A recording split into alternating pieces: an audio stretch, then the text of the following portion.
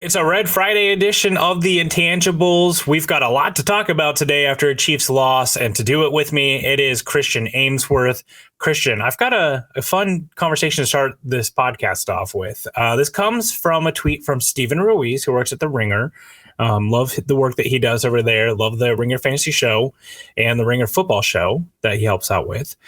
His tweet, let me read it here, because I think this is fun for any fan base, but particular for us as Chiefs fans chasing 3 championships. His tweet reads, let's see here. Oh, here we go. I firmly believe the NFL should allow every team to pick one designated PED user who is exempt from testing each season.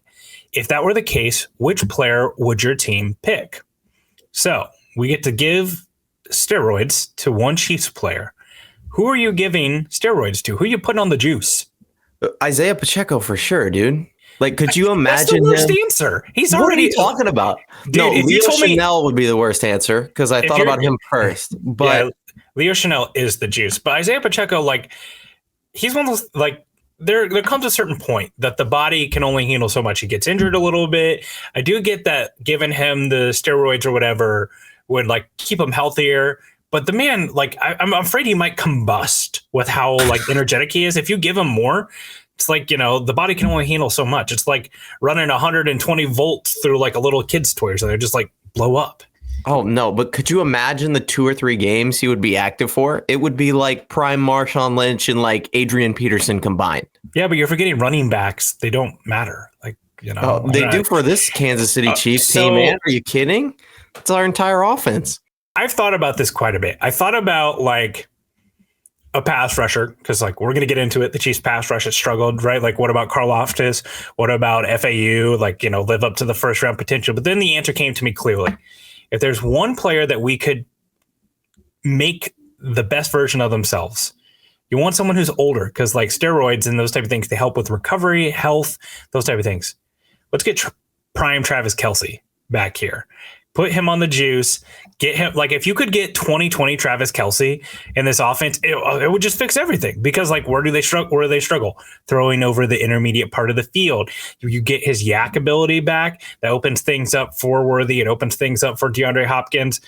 I'm absolutely here for it. And then also, like, he gets on New Heights and gets to talk about it, right? Like, we see him, like, have some, like, anger fit on New Heights where him and Jason are just cussing it out. It'd be perfect. I would love it. Okay, but it's not like a time machine. Like, you go back in time. No, it would still be Kelsey's, like, he'd just be more brittle, right? No, he'd be less brittle, right? Like, that's the thing. Like, people who have taken steroids, I don't know if you've figured out yet, but that's not me. I'm not in that part of the Venn diagram. But they say that, like, recovery is the biggest thing. And I mean, as someone who is aging, like, as we all are, I will tell you, like, you know, I used to be able to do stuff and just wake up in the morning and be fine. Now I, like, mow my yard and I wake up and I'm like, oh, like, my knees and my hips and stuff like that, right? Like, Kelce has played a lot of football. You give him that stuff, the recovery, like, that's what helps. What was one of the biggest things to Kelce surging in the playoffs last year? The fact that he got a week off in that Chargers game, right? So now you're getting, like, bye-week Kelce every week. That's what and like, also the thing is too, is like with Kelce, you give it to him 1 year, you get the 3-peat, he might not be back. Then we can start playing around with, like, Xavier Worthy, get him on the juice, right? Like, he runs even faster, get him a little bit bigger. That would be crazy. Get a nice, I might want to change my answer. Xavier Worthy would be insane, dude. Yeah. So I don't know. Interesting question. Put in the chat who you want to give PEDs to on the Chiefs. You any answer is correct except Sky Moore. Someone I like quote tweeted this, and someone said, I'd be interested to see what Sky Moore would do. I was like, I don't think steroids help your hands, but I'm not sure. Like, maybe he'll be open, but he could be the most open man in the world, and he's not catching the ball. So we'll leave it at that. We got a lot of fun stuff to talk about today. We're going to diagnose the Chiefs' loss through a little activity that we're going to call the blame pie. It's Thanksgiving season. We've got to cut up the blame pie and figure out who gets the biggest pieces, who gets the smaller pieces on this Chiefs loss. And then we're also going to be doing takes on takes. We're going to be reading some of your Chiefs hot takes and reacting to them, and maybe even sharing some of our own. But before we do that, we got to talk to you about our friends over at Underdog Fantasy. This week, the Chiefs are playing the Panthers. The Panthers rank 29th in DVOA allowed to the tight end position and 27th in yards allowed to the tight end position. Travis Kelce, are you going to be taking higher or lower on his prop? 60.5 yards or half a touchdown. I'm liking the over there for sure, but maybe you think they unders the play, or maybe Noah Gray. Like maybe they get the, we had a Noah Gray legacy game last week. Maybe we'll get another one of those. But that underdog, it's the perfect place to do that. They've got all these different fun ways that you can get in the game with things like vulture protection, where if your designated RB is supposed to score a touchdown, but then they get vultured by the backup, boom. Underdog, they rescue your pick. Or you can play Red Zone Rush, which is like Tinder, but for football. You can swipe right, swipe left on a player, and whether you think they're going to score a touchdown or not. You can also use the packs that are great for a same game parlay effect, where you pick a pack of players and maybe you think the game's going to be high scoring or low scoring. You build it around there. And hey, don't forget, it's basketball and hockey season as well. They've got all sorts of sports. So it's not just football. If you're watching NBA, there's picks to be had every night on Underdog. Download the app today and use the code Arrowhead Addict. That's all one word to get up to $1,000 in bonus cash instantly. Again, that's code Arrowhead Addict, all one word, to get up to $1,000 in bonus cash instantly. Underdog Fantasy. Every player, every score. Just select higher or lower on Underdog. Must be 18 years or older and present in a state where Underdog Fantasy operates. Terms apply. Void in Colorado. Concerned with your play? Call 1-800-GAMBLER or visit www.npcgambling.org. Arizona 1-800-NEXT-STEP or text NEXT STEP to 53342. New York, call the 24/7 Hope line at 1-877-8-HOPE-NY or text HOPE-NY to 467-369. Christian, Thanksgiving is upon us. It's getting closer. Let's have a brief pie conversation. What is the best type of pie? I just had a really good peanut butter pie today for our little group Thanksgiving that we did, but cheesecake. I know I'm not technically a cake, not technically a pie, but cheesecake by far the best with some cherries on top, dude. It's incredibly hard to beat. So I will endorse like having an unconventional Thanksgiving dinner. I think, with Christmas and Thanksgiving, those are kind of feast themed meals. I think for a good family outing, you should have one of those meals be unconventional. Nachos, prime rib, do a seafood boil. Just, let your hair down. You don't have to have the ham and the turkey and all those fixings. So I do endorse cheesecake because we do that for Thanksgiving. Thanksgiving, we kind of get our own treat. Like I usually just get ice cream because I'm a fiend for like a tub of cookies and cream. But yes, I'm here for the unconventional. But to me, a pie, it's got to have a crust on the bottom and on the top, right? Like that's kind of like the big thing about a pie is the crust. It's got to be in a pan. Cheesecake. I don't even think you cook cheesecake, do you? Like it sets, right? Yeah, no, you cook cheesecake. Do you? You put it in the oven. Yeah. So when you cook a cheesecake, you have to put it in like this special dish where it's like in water so that it heats up all the sides collectively at the same time. It's like a more even distribution of the heat. Bobby Flay, like chill. Okay. I need you to go off on me. Passion for your cheesecake, man. Okay, I'm going to bring A1 analysis. Come on. For me, it's pumpkin pie. I mean, pumpkin pie, it's the best. I love pumpkin pie. Costco has the best pumpkin pie. Got to have some Cool Whip on it. I always have pumpkin pie the day of the draft, like the GOAT, Mel Kiper. He eats a slice of pumpkin pie every day for breakfast. In honor of him, we play tribute on draft night, pumpkin pie. But yes, pumpkin pie. But today we are going with a much less delicious pumpkin pie, and it's the blame pie. We're talking about who gets some of the biggest pieces of blame for this Chiefs loss to the Bills. So Christian and I have broken down the pie. In case you're not mathematically inclined, we're going to pretend that the pie equals 100% because it's 100% of the item. So we're going to be cutting it up. I don't know about you, Christian. I didn't get super analytical, so there's no like decimal points here. We're just kind of nice big chunks of the pie. But I'm going to go with my first slice. And actually, I want to talk about something real quick about this before. There's some lazy analysis going on with this game, and it's kind of frustrating to see. And it is the thing that you've seen all the time. Well, the Chiefs just lose to the Bills in the regular season, but then they win in the postseason. It's what they do. I'm not worried. And I just think that that's a really lazy way to analyze any game. First off, like just 1,000-foot view. Looking at what's happened in the past to predict the future is like where you get in trouble, right? Saying like, oh, this is what's always happened, right? It's flipping a coin. I flipped the coin 4 times in a row and it was heads. So it must always land on heads. No, the next 6 times could be tails. And yes, it is what's happened. And I do think that the Chiefs get a legacy nod, when it comes to their reputation. Quite frankly, with like the games and the numbers and the stats that they have this year, they probably wouldn't be getting as much credit if they hadn't already done what they've done. But here's why I think that's just a lazy analysis of this. Those 3 games that they played, those wins were not easy. 2020 was a much different time. That was the easiest of those wins. We talked about it last week with Taylor, but that game was about Travis Kelce and Tyreek Hill just being unstoppable. The Bills went into that game. They knew they had to stop them, and they couldn't. The next game was a literal coin flip and took a 13-second miracle.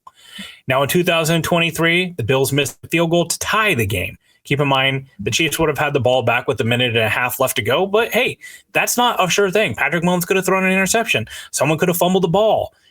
You never know what could have happened in there. The next reason why I think that this is kind of a lazy argument. A lot of people are going to bring up the injuries. Well, the Chiefs, they don't have Hollywood Brown. They don't have Isaiah Pacheco. They don't have Charles and Minihue. They get those guys back. Things will be different. Well, guess what? The Bills just scored 30 or 31 points. I can't remember which it was. What was it? 30? 31, yeah, 30 points. Okay. So they score all those points without their wide receiver 2 and their tight end 1 and their right tackle. So, Isaiah Pacheco will make the run game more explosive. Well, the Bills are going to get all-pro Matt Milano back. Well, a Minihue help? Yeah, but they also are missing their starting right tackle. So, like the Chiefs pass rush that struggle to get home, you add their starting right tackle back. Well, Hollywood Brown help? Maybe, but also like I said, the Bills scored 30 without their wide receiver 1 and their tight end 1. I don't think Jalen Watson is coming back this year. So like any injury-related argument as to why the result will be different in the playoffs, I think you can mitigate it by the fact that like, hey, the Bills, they had their own injuries in this game. Now, maybe you just say like, oh, well, Josh Allen's going to get hurt. And yeah, that would really change some stuff. Obviously, same with the Chiefs, right? Yeah, go ahead. Oh, no, I just think like, that's the analysis I've seen. And I do think there is some merit to it. Like, hey, the Chiefs, they know how to win these games when they're close. We feel good about this game being close. But if I'm looking at this game in the playoffs coming up, there's a lot of red flags as to like, how is it going to change? How is it going to be better? Where do the Chiefs take a step forward other than you just want to say, hey, they just play better? Because frankly, the Chiefs were just beating this game. And I think that's why it's a hard loss to talk about, because there's not like, well, if they just don't do this or they just don't turn the ball over or whatever. No, they just got beat soundly. So I agree with you 100%. But I think to play devil's advocate here, I'll say, yeah, but the Chiefs are holding stuff back. They hold stuff back until they get to the playoffs, right? That's the counter to that, right? Is that we didn't go full force. This kind of gets into, I don't want to call it conspiracy thinking because that's such a trendy thing to say, but it's kind of one of those things that like you can't prove it wrong. It's like blaming Matt Nagy for the offense's shortcomings. You can't be proven wrong. You can say it, but at the end of the day, we're not in those meetings. We're not in those locker rooms, etc. Do I think that the Chiefs put their best game plan out imaginable in the playoffs? Yeah, I think every team does that, right? I think I do think that the Chiefs show certain things in these games that they can then play off later. And I think if Andy Reid had a true gotcha red zone play, I think like if there was any regular season game that they were going to use it in, this would have been it. Think about the luxury that could have been provided to them to essentially having the 1 seed locked up this early for a roster that's actually kind of old and has a lot of guys who could use some time. They could have basically taken off a week or 2. There was a real situation with the way the schedule works. The Chiefs would have had 20 plus days of rest going into the divisional round of the playoff if they locked this up after the Bills game, because they could have rested their starters against the Broncos. Then you get the bye week. Then you get the week of. And also, I think there's a chance that they would have played on Saturday, that game against the Broncos, because that last week is flex scheduling. And I just feel like they would have. So I guess that's what we tell ourselves, that like, oh, they're holding stuff back. Spags, he's got a whole different thing that he's going to roll out there. But I don't know. It's very hard to prove.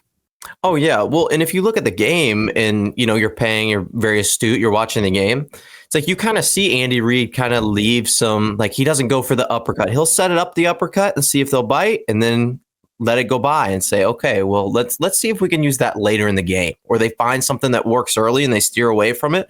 Classic coaching, classic Andy Reid. You go to any kind of coaching clinic, that's what they're going to tell you. Find what works, save it for the most important part, and then win the game with it. And Andy Reid is fantastic at doing that. And So I could see them like extrapolating that and being like, hey, he's doing that for the entire season. And, you're using the Bills and the Bengals during the regular season as like your hallmark. That's your go-to example. But it's like, no, I just can't see that making any sense either. You know what I mean? You're just losing games so that you can be a little bit better in the playoffs. We have the best quarterback. We have the best tight end. We have one of the best defensive linemen in the league. Like, how much do you really have to hedge your bets in the playoffs for it to, mean anything? And one thing to keep in mind, too, is just like execution stuff, right? So let's say Andy Reid has like these gold star plays and he's only got X amount of them to use in a season. And let's say he chooses to burn some of them in this Bills game because it's an important game. Okay, but one time Xavier Worthy falls down or Creed Humphrey snaps the ball over Patrick Mahomes' head. Well, you just burn one, and that's just straight execution stuff. So I don't know. I just think it's really hard to try to say. And like also, what's a gold star play for the Bills? Like Bills might not be a gold star play for the Ravens. Like a totally different defensive schemes. Like, what you're going to run against Bo Nix is going to be totally different than what you're going to run against, Lamar Jackson. Totally different players. So it's a really impossible theory. Here's what I'll say. You look kind of silly if you're a Chiefs fan saying like, oh, well, they've got it up here. This is all part of the plan. Like, no, it's not. They wanted to win this game. Mm-hmm. If you want to say like the only time that I think like truly, I do think games that they know that they should win on just talent alone, like the Panthers game. I think that's why we're going to all expect a 20-19 win over the Panthers this Friday or this week, because the Chiefs, this is where they hold stuff back because they're just going to run bread and butter stuff, training camp install day one stuff. But against these games, I have a hard time believing it because these games matter. Oh, yeah. Well, no, I don't think anybody coming into this game said, oh, we don't need this one. Like, it wouldn't be nice if we got this one. It's like, no, yeah. Lock up the 1 seed, move forward, get ready for the playoffs. Because you think about it, if they lose a game to the Texans, that's a very losable game coming up. That wouldn't even really impact their 1 seed ability. I mean, it would a little bit, but they'd still have that tiebreaker. So, all right, let's cut up the blame pie. My first slice is going to be 30% coverage unit. So 30% of this blame pie is going to the coverage unit. And the main culprits here, they're going to be Najee Johnson and Shamari Connor. The defense has really had an infatuation with Najee Johnson, ranging back to training camp last year when he tore his ACL. And something that kind of concerns me about Johnson, too, is if you listen to the team talk about players like Tershawn Wharton, who's had a much better year this year, what's one of the things that they say when they're saying, like, hey, what's led to Tershawn Wharton's good year this year? And they'll say, oh, well, he's really healthy this year. He's another year removed from the ACL injury. Najee Johnson had an ACL injury last year. Now, he did it early and has had lots of time to recover, but he's still probably not the best version of himself. Also, Najee Johnson, when targeted in coverage, 6 for 9, 77 yards, a touchdown, 130.1 passer rating allowed, 5.7 EPA per a target. It's crazy, dude. That's not good.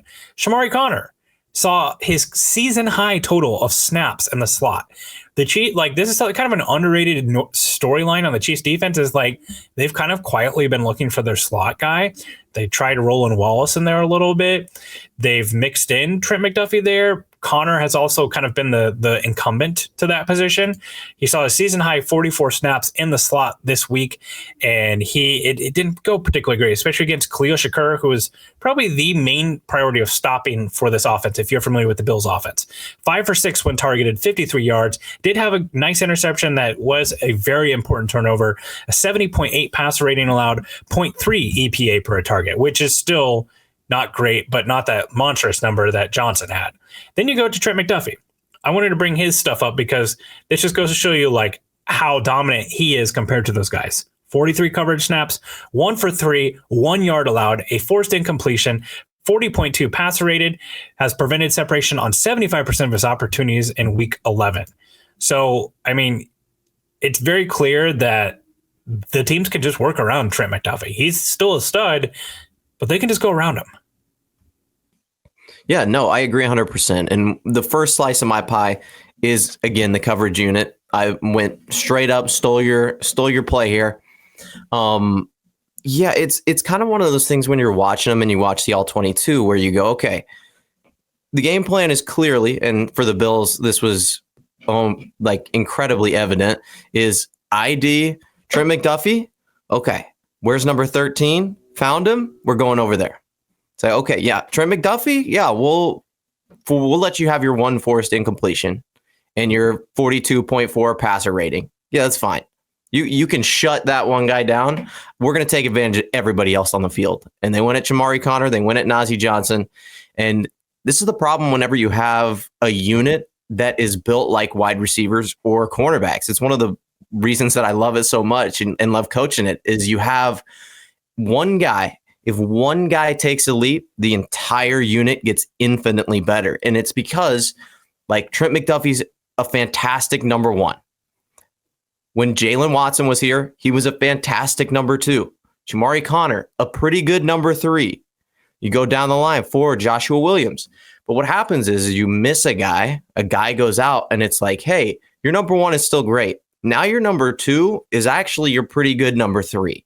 And when that guy takes a step up, it's like, oh, he's a really bad number 2. It's like, no, it's not. He's a serviceable guy. It's like, oh, he's letting up. What was it? 5.7 EPA per target. It's like, okay, well, that's a problem. And they tried to make a move at the deadline, looking at Marshawn Lattimore.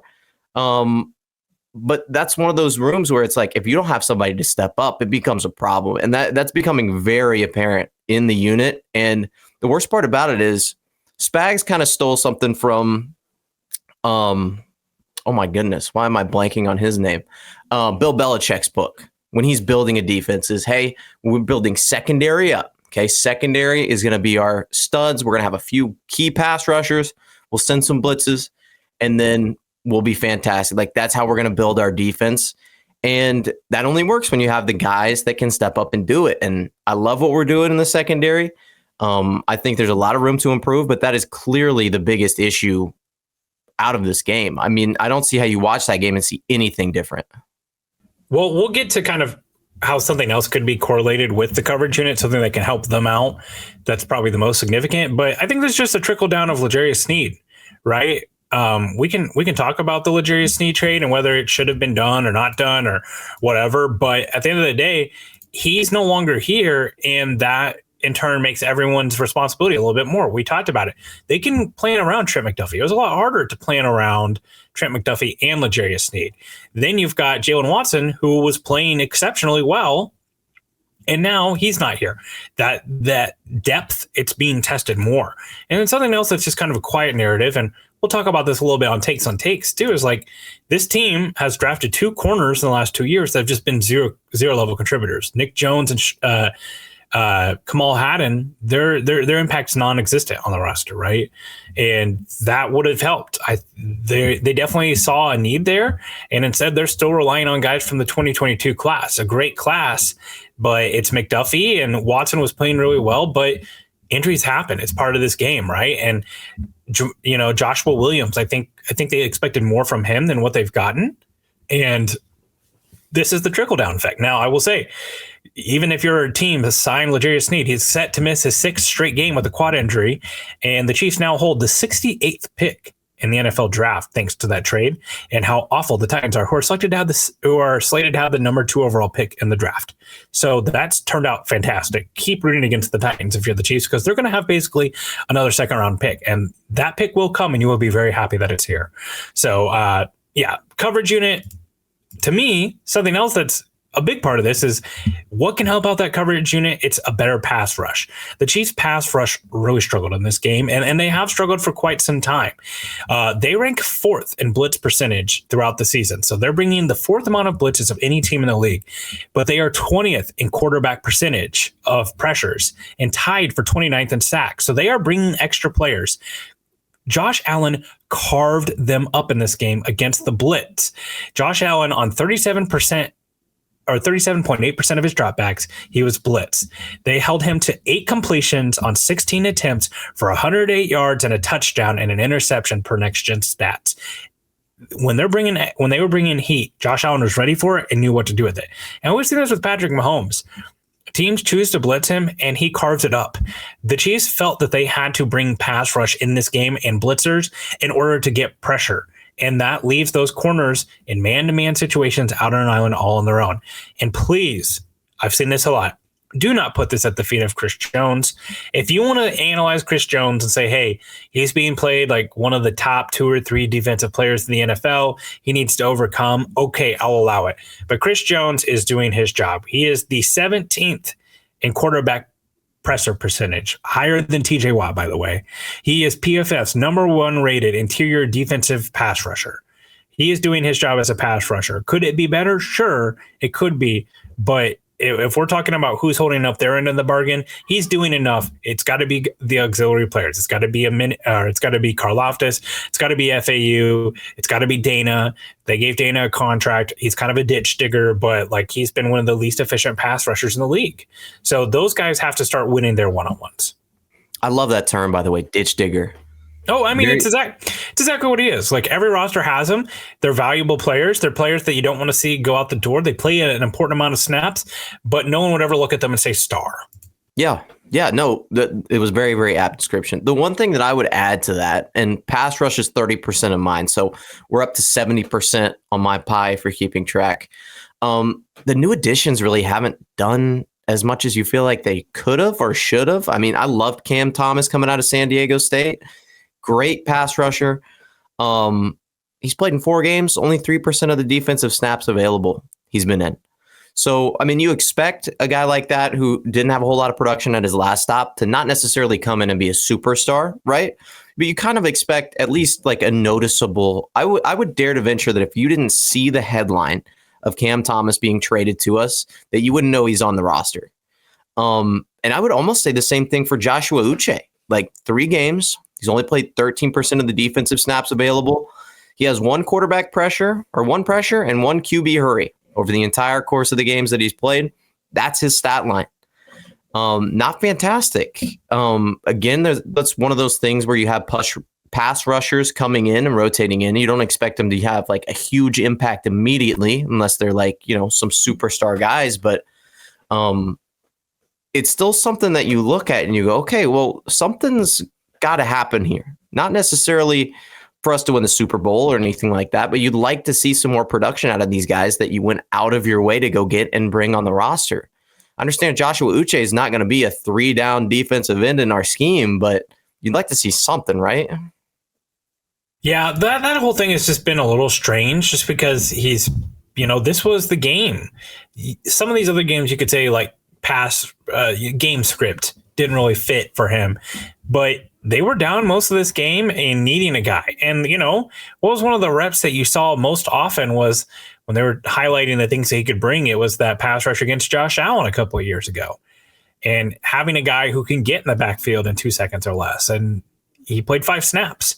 Just kind of strange usage. And maybe, again, if you want to put on your tinfoil hat and say, like, oh, well, this is where they're holding stuff back. They're going to unleash them in the playoffs. Okay, like, all right, if that's what you want to tell yourself, that's fine. I'm not sure why. One thing I'll add into, the Bills play a very heavy personnel. They run 6 offensive linemen at near or at the top of the league as far as usage goes. That's something that can impact a player like Joshua Uche, who's closer to 240 pounds. So yeah, the only thing I can say there is like, hey, hopefully there's more coming with Omenihu, but keep in mind too, we just talked about the Tershawn Wharton thing. We're talking about the Najee Johnson thing. The likelihood that you were getting the same version of Charles Omenihu that you got last year, it's very slim post ACL. So, and keep in mind that was a late year ACL tear too. So like, it's not like Najee Johnson where he had basically a full calendar year plus to rehab. He's kind of coming back right in that window of regular return. So fingers crossed that gets better. We've seen Chris Jones just kind of go nuclear a few games here and there. I think that's coming for him. I think he's playing really well, especially in run defense. He's grading out better there recently than he has in the last couple of years. Not sack hunting as much as he has in the past because, quite honestly, he's not pursuing a contract, but it's something that's got to get better. Yeah, I agree 100%. All right. 20% of my blame pie is going to the skill players. And this just really comes down to the fact that you've got a couple of things that separate this team from having a lot of offensive success. And that game kind of stalled out in the third quarter. It kind of turned into a pump fest. And when you have Kelsey, DeAndre Hopkins and Juju account for 6 receptions for 45 yards and 0 touchdowns. That's just not a sustainable game plan for them. That's basically saying, all right, Kareem Hunt, all right, Xavier Worthy, all right, Noah Gray, Justin Watson, McCole Hardman, take us to the promised land. And McCole Hardman put on the Superman cape or not McCole Hardman, Xavier Worthy put on the Superman cape for a drive, and Noah Gray did it a couple of times in the red zone. But for the most part, they were relying on those guys. I think this part of the game will get better when Pacheco is back because the run game will get more explosive. And like Pacheco is enough of explosive runner that teams have to look at themselves and say, like, look, we can't keep giving up these 9-yard, 8-yard, 12-yard chunks to Pacheco. And I think that will help some. We saw them lean on basically Kelsey, Rice, Pacheco the entire playoffs, and it worked. But those guys have to win at a higher rate. And if they can't, it's going to be problematic down the stretch. Bills defense allowed 3.7 yards of separation. That was among the highest or the lowest, if you know what I mean. Like that was one of the lower numbers of separation of teams last week as far as they graded out. And that's including, you've got plays where Xavier Worthy is galloping wide open and just doesn't get his feet in bounds. That counts into that separation score. Also, something else that tells you that the Bills came into this game, they did not respect the Chiefs skill players. They weren't afraid to go up and play press man coverage. 17 snaps of press coverage in this game, challenging the Chiefs receivers. That's one of the highest man press coverage snap percentage that they've had all year. They had 23 snaps of off-man coverage, 17 press. So they went up to the line of scrimmage and challenged these guys, challenged DeAndre Hopkins. Also, this was a season low, and this is a small sample, season low percentage of DeAndre Hopkins snaps out wide or in the slot. So he's been playing in the slot more and more, where if you look at his numbers recently, that is where he is the most effective, is out of the slot. Juju comes back, they put him in the slot, they kick DeAndre Hopkins out wide, and he has one of his least productive games with the Chiefs. I know it's a small sample size, but there's something to there, and they need to figure that out. And if it comes at the cost of Juju Smith-Schuster snaps, fine. Like I've not seen something from Juju other than a Linsanity game against the New Orleans Saints that, like, honestly is looking more and more like a Saints thing than it was a Juju Smith-Schuster thing, to say, like, you know, if DeAndre Hopkins is the best out of the slot, that's where he needs to take the majority of his slot snaps. Oh, yeah, I agree. And what's crazy about it is when you look at those two players and you compare them, like, I understand Juju had a fantastic year a few years ago. And even when he came back to the Chiefs, he had 933 yards. So, like, definitely can be a valuable asset in our offense. But you got a guy like DeAndre Hopkins, and I'm kind of a DeAndre Hopkins stan, so you're not going to hear me talking too much trash on him, but it's like, dude, okay, we've got one of the greatest wide receivers of the era. I understand he's not, at 100%, but he's not exactly what he used to be. Let's put him in the best spots. Like, we don't tell Travis Kelce to line up at X and go beat a press corner that is 6'4", 200 pounds every single rep. It's like, yeah, that's because that's not where he's best used at. Like, he's kind of a yak guy that, you can put at the Y or put at the Z and he'll get open. Like, let him work. Like, do the same thing with DeAndre Hopkins. Like, let's not reinvent the wheel here. Like, he just had 86 yards and 2 touchdowns a few games ago. Like, let's replicate that. That's not too difficult, right? I mean, the only thing I would ask you is, we saw the skill position group kind of take a step back this week, and part of that's just because the Bills defense is actually, pretty good. But do you think that is more of an indictment on the skilled players or more of an indictment on Andy Reid and Patrick Mahomes? And I'm just tired of hearing the narrative, Patrick Mahomes has no weapons. Because you hear that all the time, and it's like, okay, well, that can only be true for so long before you look at him and go, okay, part of it, let's look in the mirror. I think part of the Patrick Mahomes has no weapons is not accurate, because I think there's a certain depth of skill players that they have that certain teams don't have.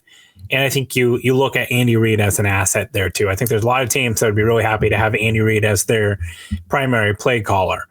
But what I will say is, whenever the highlight of your offense is like, God, this team would have feasted in 2018, that might be a sign, right? Like, Kareem Hunt, Travis Kelce, DeAndre Hopkins, Juju Smith-Schuster in the same offense. My God, that's an all-pro team in 2018. That might be a sign that your skill players are not as dangerous as they once were.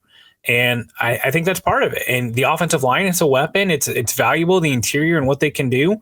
By the way, Trey Smith, really struggled in this game. Like, he had one of his worst pass blocking grades of the season in this game. And that's against Ed Oliver, who hasn't really done much. And yeah, like the Bills defense, it's got some guys. Christian Binford is about one of the best corners in the NFL this year, and he will probably be an all-pro. And getting Terrell Bernard back in this game was huge too.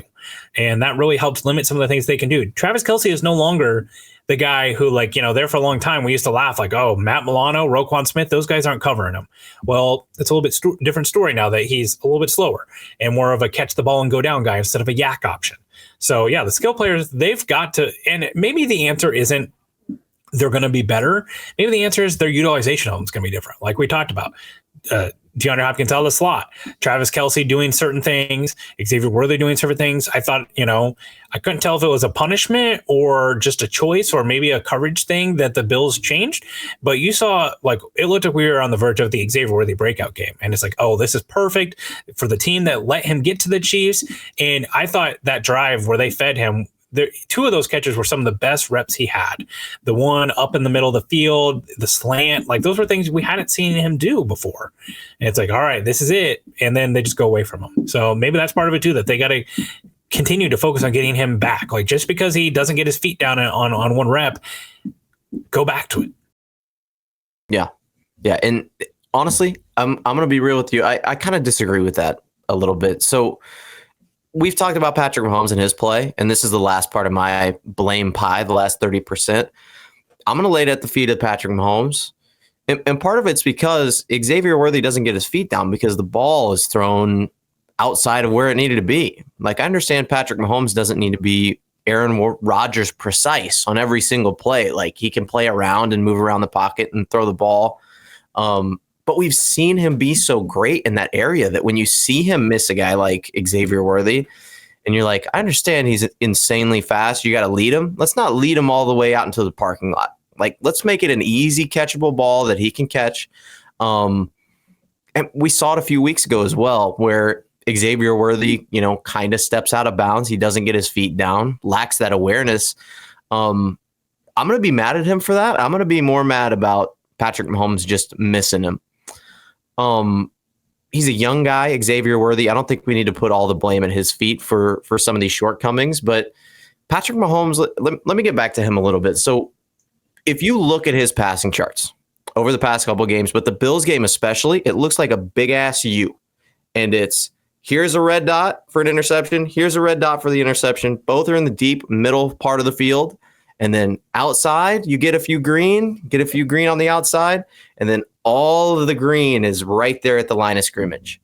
And that's how it's been for the past couple of games. And part of that is because of the way the Andy Reid offense is set up for this year and the plays that they're calling, but also some of it is, it's not like nobody's getting open over the middle part of the field. We have Travis Kelce, we have DeAndre Hopkins, who I've seen multiple reps of being wide open. It's also not attributable to the coverages that we're seeing, right? The bane of Patrick Mahomes' existence, if you can call it that, is like the Tampa 2 cover 2 defense, where middle field is open, 2 deep safeties, we're protecting against that deep pass. When you have that, it's the same thing we see every week with Nick Bolton, not getting back deep enough into coverage, and there's a wide open guy 15, 12 yards down the field. Like, I don't want to say it's because Patrick Mahomes doesn't know how to read defenses anymore, because I don't think that's the case at all.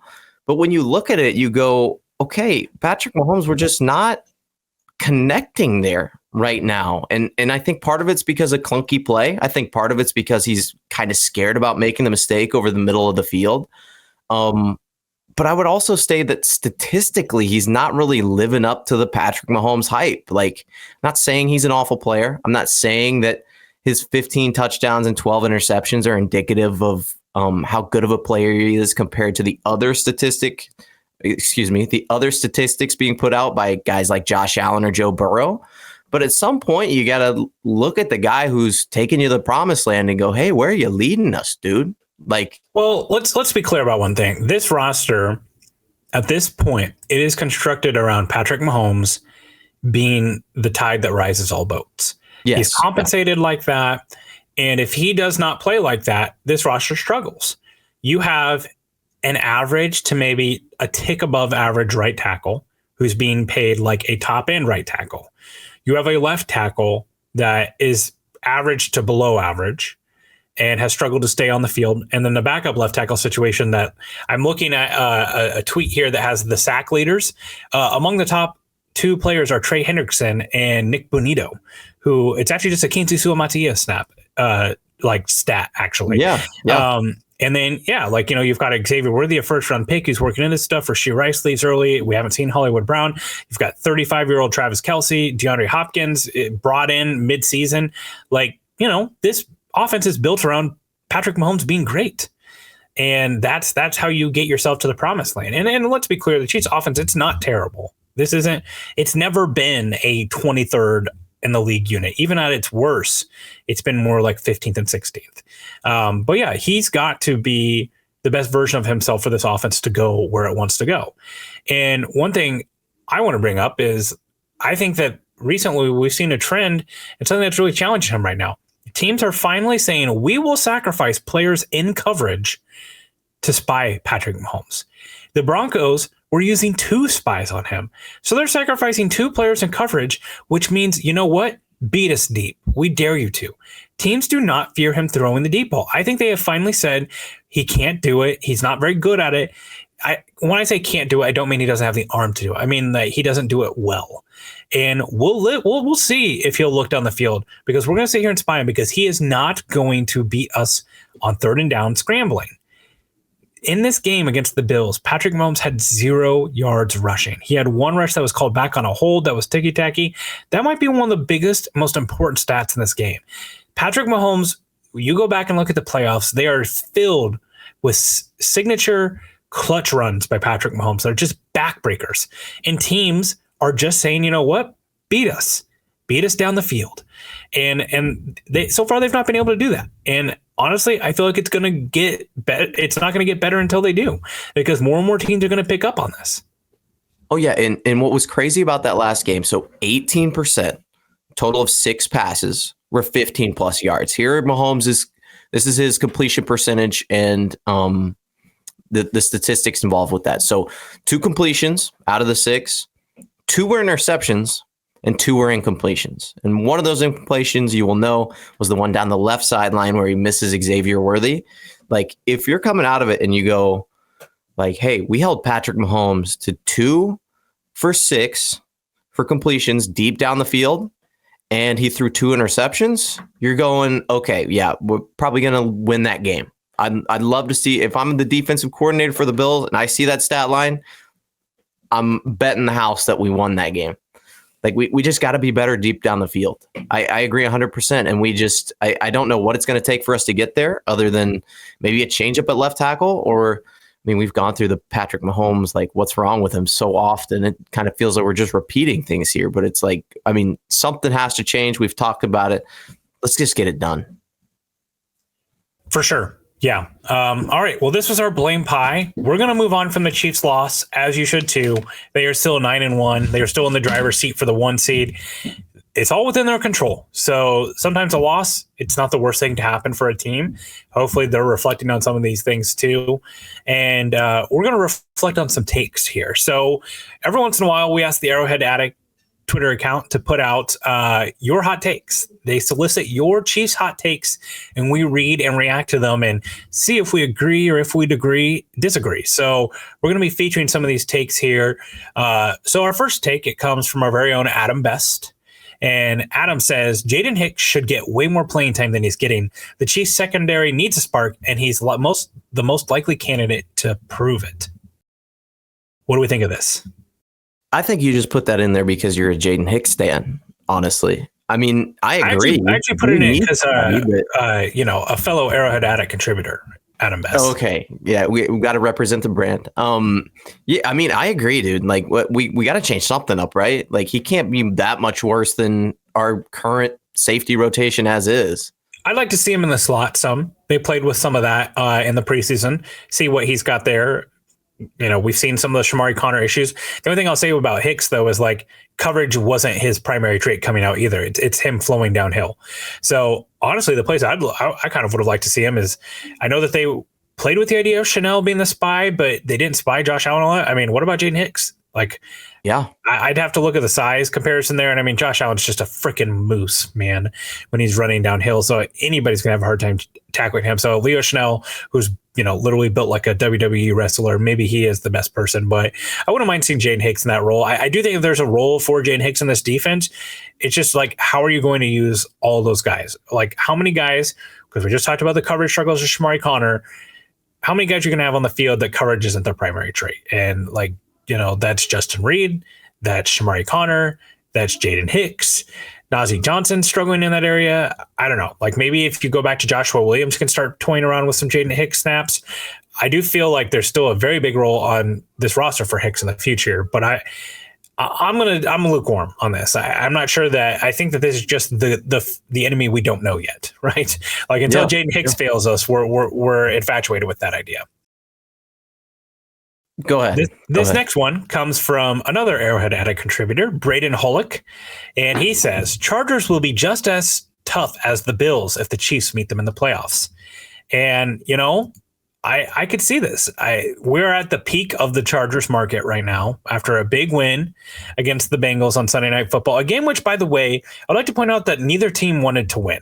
The Chargers almost chartered in that game, and if they don't get to punt the ball away twice and get it back twice, we'd be talking about how Harbaugh has not been able to break the Chargers curse, but he got away with it this time. So now they are the victors. They get to write this. The only thing I'll say about the Chargers is Justin Herbert looks like the best version of himself, which we knew Harbaugh was going to get that out of him. And I do kind of worry about him scrambling and those type of things, like his ability, like, because a lot of time against the Chiefs, he's not really been that mobile. Seeing him being that mobile, like that has given the Chiefs defense fits.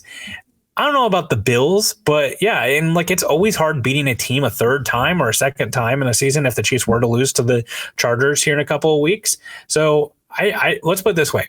Anytime I can avoid seeing a top 5, top 6 quarterback in the league in the playoffs, I want to do it. So Lamar Jackson, Josh Allen, Justin Herbert, like, yeah, let's let someone else knock them out. See, and I hate to do this to another Arrowhead Addict contributor, but let's look at their most dominant wins outside of that Chargers-Bengals game. Is it 27-17 against the Titans? Maybe.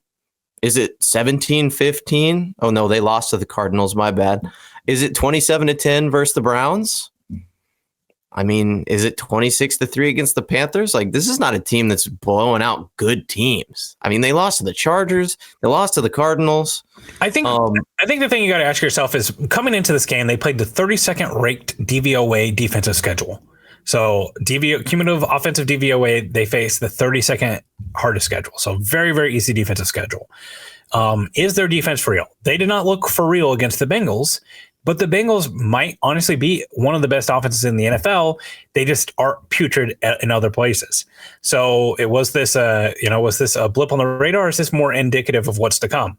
The Chiefs struggled to score on them. The Chiefs also lost Rashee Rice in that game and didn't really need to score that much with a hobble Justin Herbert, and they were out some of their playmakers in that game as well too. I tell you what, I'm interested in that game. That's going to be a game that could be sneaky coming up on the Chiefs schedule. At least it's an Arrowhead and it's outside and it's going to be cold. Like, you feel like that's an advantage. I'd much rather play those type of teams later in the year. Like, I'm glad that the Raiders are coming into Arrowhead when it's going to be cold. All right, next take. This one, I want to go in on this one a little bit because this is something that comes up every Chiefs loss and it bothers me. This comes from Chiefs Alpha. Chiefs_Alpha is the account. And it says, regardless of what happens this season, Veach shouldn't be allowed to draft players. His role should be exclusive cap guy. Chiefs are lacking talent in all key areas except maybe defensive back. The 2023 and 24 draft classes have been a disappointment, especially if you factor in opportunity clause. My question to you, Christian, is the general manager of the 2-time back-to-back Super Bowl champions, should he not be allowed to draft anymore? I don't know if you need to go that far, but I think there's an argument to be made that, like, hey, 3rd round on, that's all you, Brett Veach. 1st and 2nd round, we're going to Twitter polls and we're getting those guys. Because if you looked at like some of the Twitter content surrounding the draft, it was like, we got to get Lad McConkey on the Chiefs. And it's like, okay, how's Lad McConkey doing? Looking pretty dominant. Okay. We'll get to Lad McConkey here in a second. Here's the thing. Okay, so I've been seeing this slander a lot. So I have my legal pad here. I'm going to read off of it because I write micro small for some reason. It must be a guy thing. Do you write really small? Like your handwriting? Okay. Yeah, my wife like half a page to write a sentence. Okay. So I broke every player that Brett Veach has drafted. I broke all of them down into buckets. Star. These are players that get top of the market contracts that you want to extend. Good. These are players that make a positive impact on the roster, and maybe they're not like stars, but they're guys that you are happy that are here and would not mind sticking around. Role players. These are guys that are valuable when they're here. They played a part, but when they leave, it's okay. Bust. These are reserved for players that they get absolutely nothing out of, or players who are taken in a high round that they get almost nothing out of. And then whatever. These are just players that are dart throws that they either hit on or they don't. And I want to opportunity cost is a term that was used in this take. That, like, for instance, you're going to have a hard time getting a 7th round bust out of, in my opinion, right? Because it's a 7th round pick. It's a glorified UDFA. Tell me if you agree with these buckets. Stars. L'Jarius Sneed, Creed Humphrey, Trey Smith, Trent McDuffie, Rashee Rice. Any disagreements in that bucket? Yeah, I would say so. Rashee Rice was like literally leading the NFL in receiving yards when he got hurt. He looked like he was on pace to be a top 5, top 10 receiver. I know his role is specific, but Brett Veach drafted him and he was a pinnacle part of the offense to winning a Super Bowl. So chill out with the wide receiver slander. Okay, good players. Derek Nottie, McCole Hardman, Juan Thornhill, Nick Allegretti, Willie Gay, Mike Dana, Nick Bolton, Noah Gray, George Karlaftis, Leo Chanel, Jalen Watson, Isaiah Pacheco, Wanya Morris. Anyone in there that you disagree with that's not a good player, a player that you'd like to stick around if they could? Anyone in there that you're like, I'm not sure they fit? I think you could make an argument for Wanya Morris, but other than that, yeah, solid. He is a average enough starting left tackle drafted in the 3rd round. That's a good pick in my opinion. Are you looking value wise for sure? Yeah. Are you looking to upgrade? Sure. Could it be better? Yes, but it is functional. Which there's a certain 2nd round pick that's not true for. Role players. These are players that had some value when they were here, but they were picks that if you could do over again, you might. Dorian O'Daniel, Armani Watts, Colin Saunders, Rashad Fenton, Brian Cook, Joshua Williams, Najee Johnson, Shamari Connor. Yeah. Again, I agree 100%. I still have my hopes up for the last 3: Shamari Connor, Najee Johnson, Joshua Williams, maybe one of those guys, and they've played roles and been effective. These are just flat out bust. Breeland Speaks, Khalil McKenzie, Clyde Edwards-Helaire, Lucas Niang, Bo Peep Keys, Sky Moore, Darian Kennard, Keandre Coburn, and Kamal Haddon. The one that is the most controversial there is CEH because he did have some good seasons. But considering what they got out of a 1st round pick out of running back, I'm okay with using the B word.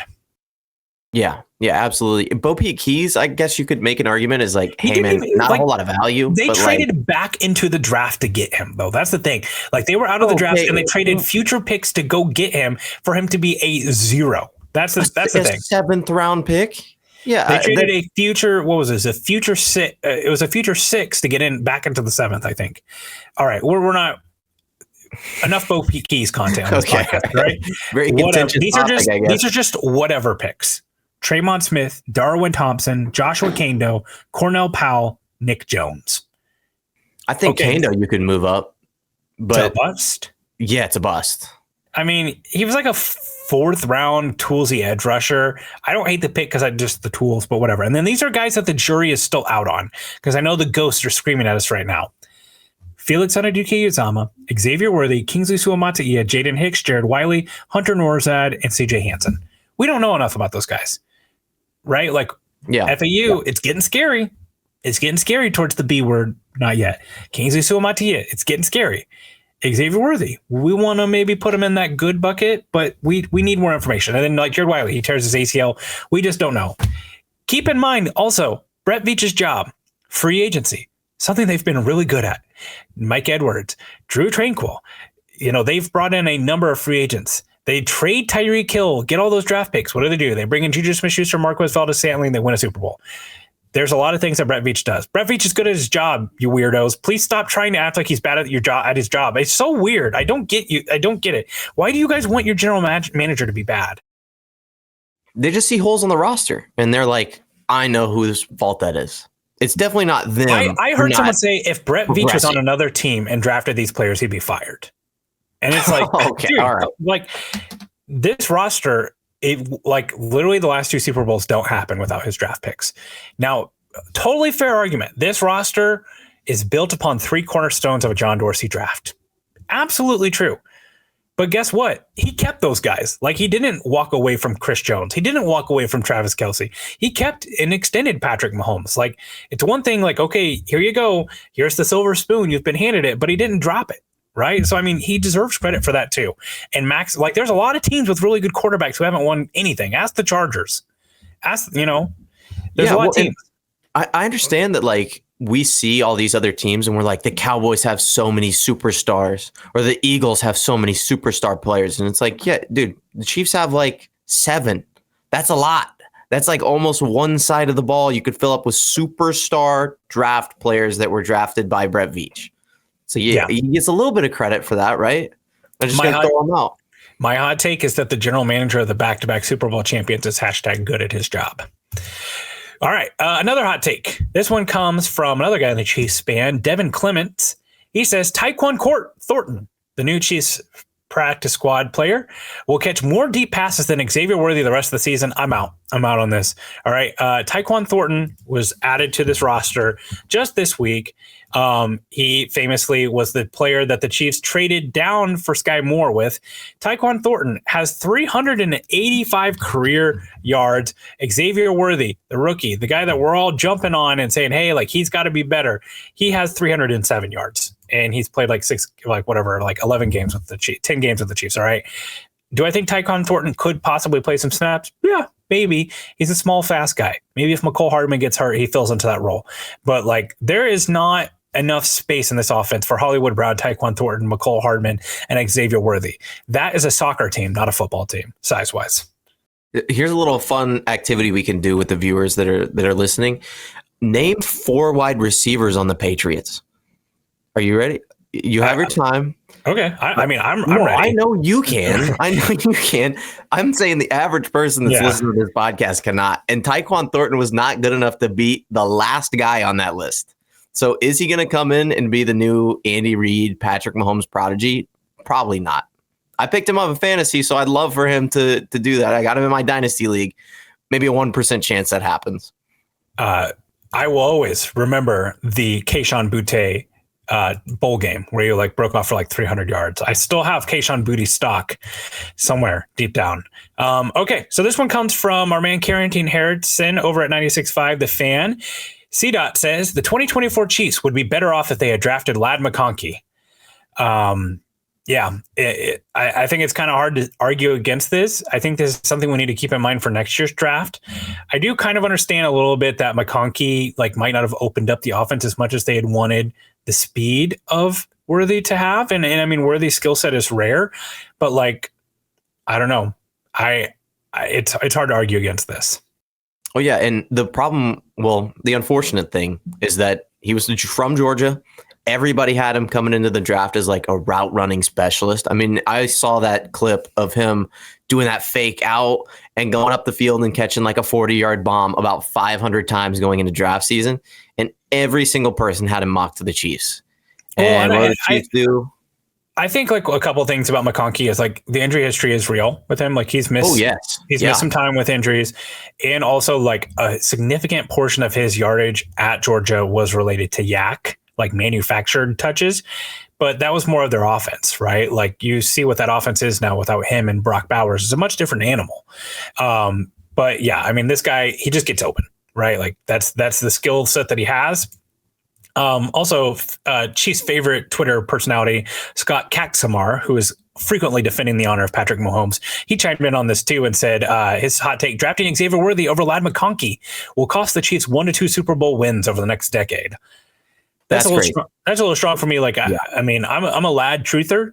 But I'm not that much of a lab truther, right? Like, it's not like they missed on Marvin Harrison Jr. or, some other worldly talent. I'd be feeling a little bit more sick if this was like Brian Thomas Jr. or someone like that who's really taken off here, Malik Neighbors. But to this point, I think McConkey might have options, which is why you need to draft a Mika Ibuka next year, Brett Veach, because similar skill set, right? Like you have an opportunity to right the wrong. Get a Mika Ibuka, get him at 32, and then like we're cooking. Okay. This is one that, speaking of the draft, that I would like to talk about. This one comes from Super Chiefs 1963. Get a premium left tackle somehow, some way this offseason. Mahomes can't function without protection. I want to stop a narrative that's going around, and that is do whatever it takes to get a left tackle in the draft next year. Trade all the picks. Guys, I'm here to tell you, I'm about 70 prospects into the draft. That guy don't exist this year. Yeah. Amarius Mims would be offensive tackle 1 in this class. And Amarius Mims played like 8 games and had an extensive injury history, which, by the way, is carried into the NFL. Will Campbell, the left tackle for LSU. Most of the NFL looks him at as a guard and might have arm trouble or arm length issues. What's the guy from Texas? His name has escaped me for some reason. He also...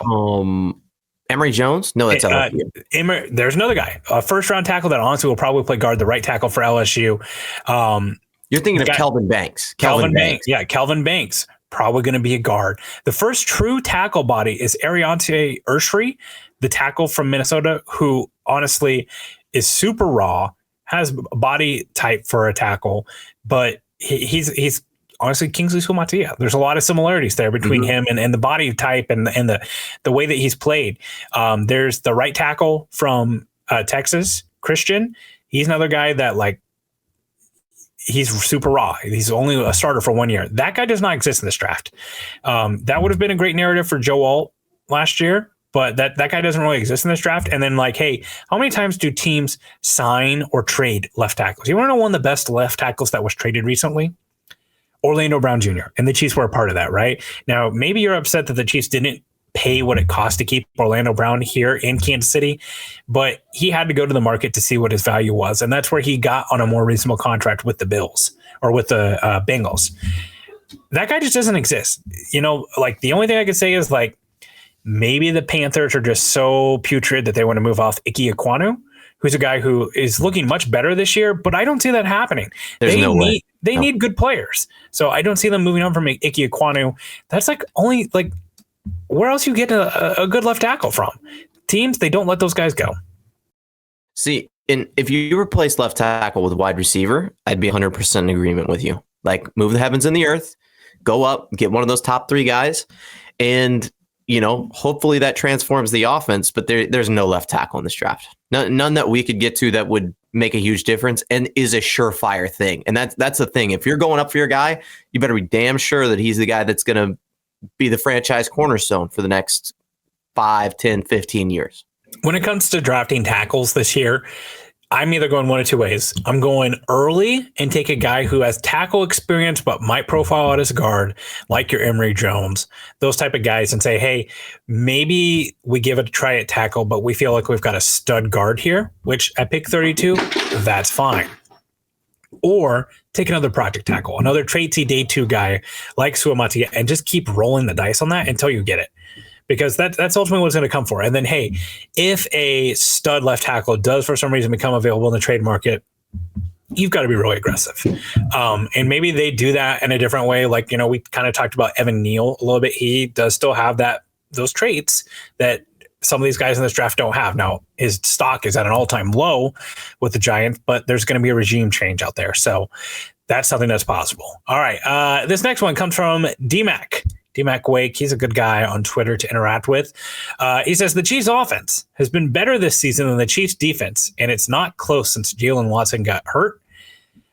I don't know. I think that there's a little bit of a narrative forming here about the Chiefs defense. We've had 3 games in a row where the Chiefs defense had to get a stop to end a game, and they don't do it. They don't do it against the Bucs. The Chiefs win the coin toss. They're able to win in overtime. They don't do it against the Broncos, and the Chiefs special team steps up and makes a big play. They don't do it against the Bills, and they lose. Yeah, I think there's a little bit of narrative forming here. Now, the Chiefs offense isn't some great superpower, but I think it's much closer than it was in years past, where 2018 through 2021, you said like definitive, or 2022, you said definitively it's the Chiefs offense who's the strength. And then 2023, it's the defense. I think it's a much closer margin than it used to be. Oh, yeah. Well, I'm just looking up the last couple of games here because I just really want to see where that transformation, where you could make that argument. I mean, I don't know if we've played. This is a little. I'm trying to think of the best way to say this. I don't know if we've played enough games. And I know that sounds ridiculous, but it's like, who did we play early in the season? Like, we played the Ravens, we played the Bengals, both held under 26 points. Like that, those are solid. And then we get to some teams that we don't often see, like the Bucks. They got 24. I mean, that's not an awful performance. The Chiefs let up 30 against the Bills. That's not great, but that's their worst loss. Raiders 20, Saints 13. I'm still looking at this Chiefs defense and being like, yeah, we got some problems. And when a Chiefs team gives up 30, you're a defensive-led team. That's, not fantastic. You're not going to win a whole lot of football games that way, but it's still like, okay, one awful quote unquote performance in the past, 11 weeks. Yeah, I think they're doing okay. Yeah, I think, like I said, I think the margin is close here.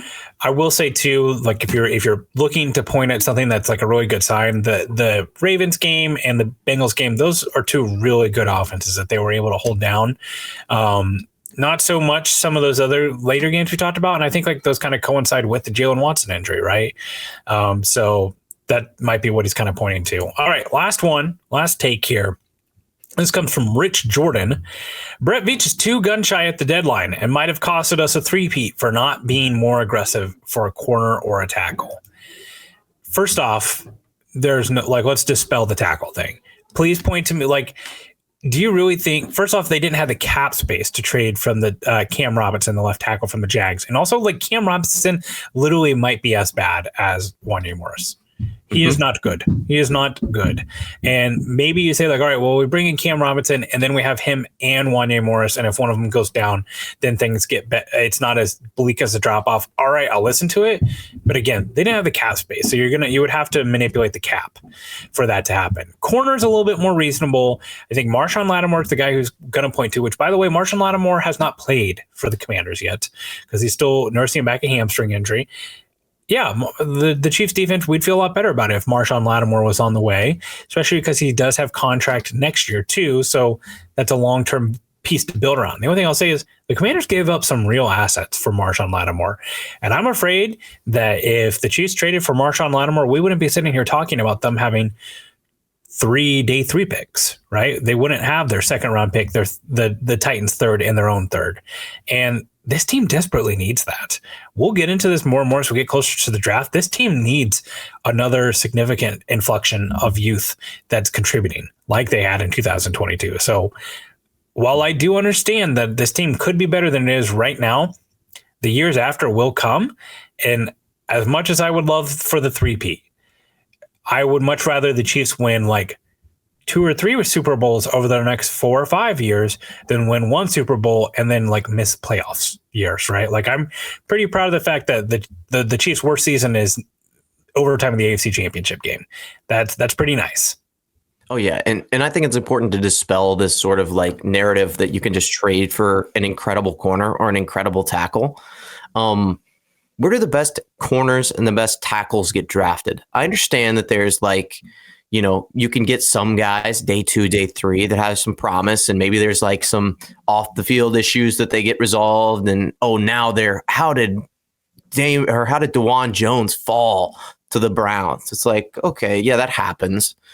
But most of these guys that you're looking at, to be an elite tackle in the NFL, you have to have traits and you have to be knowledgeable. Mitchell Schwartz was a great right tackle. He was one of the most intelligent tackles to play the game, and he was very technically sound. That's not something that you just find in the 3rd, 4th, 2nd round. Okay, it's the same thing with tackle, or it's the same thing with corner. There are guys that get drafted up really, really high that have all these traits, like Trent McDuffie, who turn out to be fantastic. Now, here's the problem. Those two positions are not reliant on quarterback play to get contracts, to make a difference on the team. And teams are not just going to give that up. Like if you have an insane cornerback duo and you don't have a quarterback, yeah, that's fine. Yeah, we're going to pay those corners. That's how it's going to go. We're not going to give those guys up. I mean, Darius Slay got traded from Detroit to, who was that? The Eagles. And that was at the decline of his powers. It's the same thing with Marshawn Lattimore, like hamstring injuries, any lower body issues, like for a cornerback, a skill position guy like that, it's like, yeah, it might be time to move off of them. You're not going to get J.C. Horn from the Panthers for anything less than like a second round pick. And that's because even though he's had injury issues, he's still elite and he's still young. That guy does not exist to be able to be traded for something Brett Veach is going to give up. And I understand like we're being a little too shy trying to go for the three-peat, but it's like, man, how much more do you want them to add over the next couple of weeks? Like Hollywood Brown's going to come back. Charles Omenihu's coming back. We just got Cam Jones and Uche. Like we're building pieces on this team that are coming back that we're not trading for. That doesn't mean we have to sell the farm. Yeah, I know. Like I said, next year will come. You will be happy that those players are here. And we saw the Chiefs win a Super Bowl when no one expected to in 2022. Most teams that go with youth movements with good head coach and quarterback play in place. Look at the Rams. The Rams defense. People were going to say it was going to be one of the worst defenses in the NFL. They hit 2 home run picks with Jared Verse and Braden Fisk, and that pass rush is still one of the best in the NFL. And part of that's because they have a great coach and a great quarterback in place. The infrastructure is going to remain in place. They've just got to draft good players. I know it's that simple and it's frustrating, but like, yes, if Trent Williams becomes available, yeah, they got to make a move for there. And they did try for Trent Williams, by the way. They just, they weren't able to get it done. They were bidding against the 49ers. So that's going to do it for this edition of Takes on Takes, and it's going to do it for this edition of the Intangibles. If you like what you heard today and you want to hear more, please subscribe to the YouTube channel or like this video, or make sure to give us a rating on Apple Podcasts. We're trying to get to 400 reviews by the end of the season. Leave a 5-star review. We'll read it on the OG Hour or one of our other great podcasts that we have every day here at Arrowhead Addict. Last night, Sterling, they had on Aaron Schatz from FTN. Really great listen about all the analytics that I help collect over at FTN. Really fun to kind of hear about some of the bread and butter that make up some of the stats like DVOA. So please stick around for all of our Arrowhead Addict coverage, including game day, pregame, halftime, and postgame. I'll be helping out with all those responsibilities as well. Thank you so much for listening. Thank you so much to producer Richard. From all of us here at Arrowhead Addict, that's going to be it. Thank you, and go Chiefs.